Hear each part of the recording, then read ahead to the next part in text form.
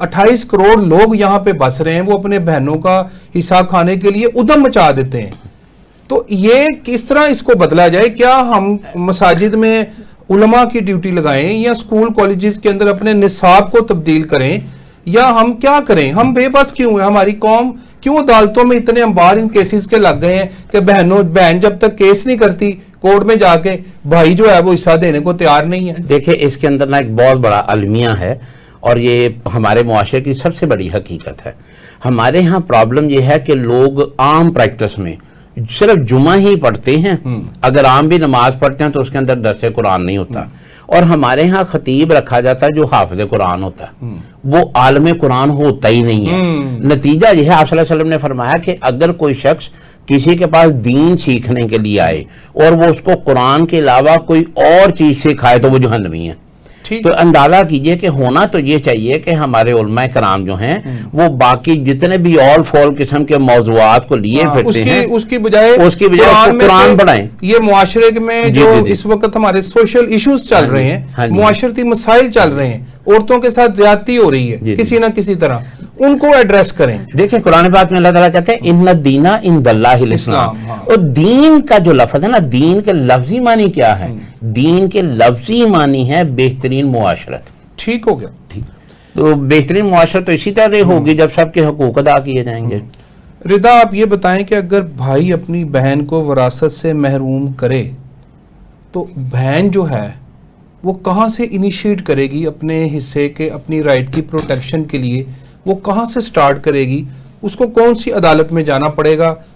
ये आप व्यूअर्स को बताएं। इस पे सबसे पहले तो हमारे पास अब जो 2020 के बाद women property right act 2020 exist करता है, लेकिन मैं इसमें अगर थ्योरी ऑफ प्रॉपर्टी राइट्स की बात करूँ ना, तो जिस वक्त विल ओपन होती है ना, बेसिकली जो प्रॉपर्टी राइट्स वो प्रोपराइटरी राइट्स हैं।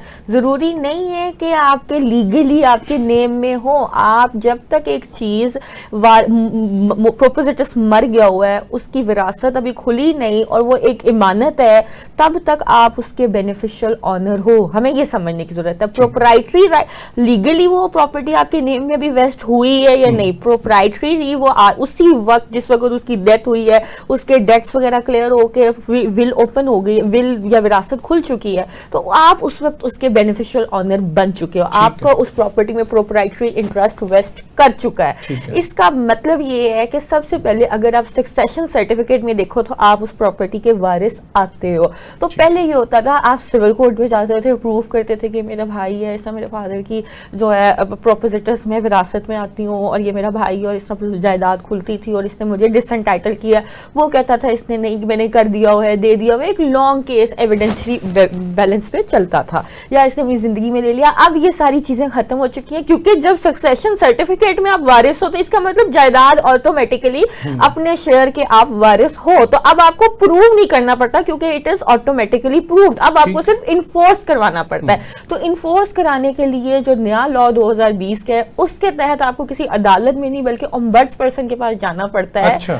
जो कि ओम्बड्स पर्सन में केस चलता है कुछ अर्से के लिए, और वो भाई से पहले एक बार आराम से कहते हैं आपने विरासत देनी है या नहीं देनी, और अगर वो नहीं देता तो जबरदस्ती उसकी विरासत भाई का हिस्सा, जो बहन का हिस्सा होता है, उसके नाम पे इंतकाल करवाया जाता है। अब जो है कि जब विरासत आपने बताया कि वो जब ओपन होगी, वो बंदा फोत हो गया, अब एक बंदे की विरासत बनती है, तो अगर भाई नहीं दे रहा, पहले आप सक्सेशन सर्टिफिकेट लेते थे, उसके साथ अब आजकल एफआरसी भी जो है मैंडेटरी हो गया हुआ है, तो एफआरसी आपको बनाना पड़ेगा मोहतसब के पास जाने के लिए, या आप डायरेक्ट जो है वो, अगर वो भाई कहता है जी मैंने नहीं देनी प्रॉपर्टी, ठीक है, तो फिर आपको एफआरसी के बगैर ही आप एप्लीकेशन देंगे? अगर आप सक्सेशन सर्टिफिकेट में आपका नाम है, फिर आपको एफआरसी की जरूरत नहीं है।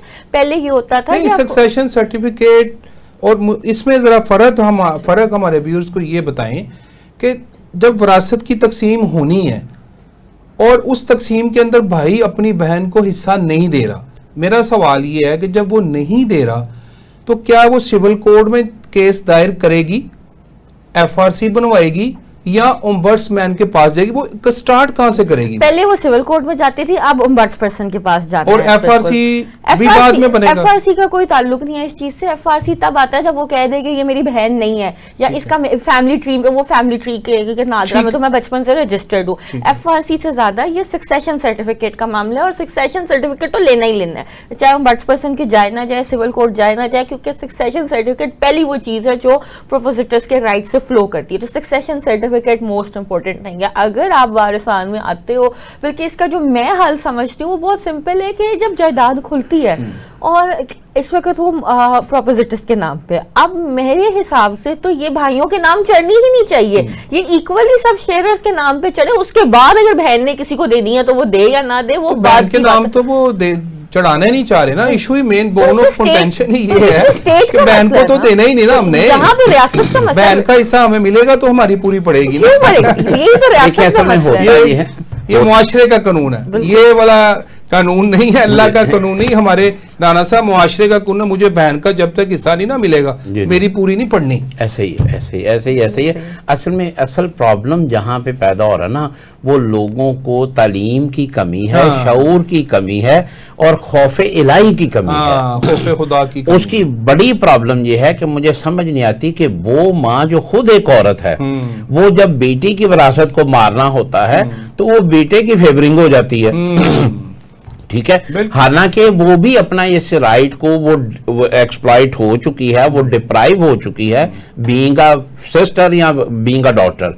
और अब जो है वो उसको ये पता है, हमारे यहाँ ये एक लालच पैदा हो गया पेरेंट्स के अंदर कि वो समझते हैं कि बेटी ने तो अगले घर चले जाना है, तो हमारे अगर बेटे की इकोनॉमी स्ट्रांग होगी तो हमारा बुढ़ापा सही तरह गुजरेगा।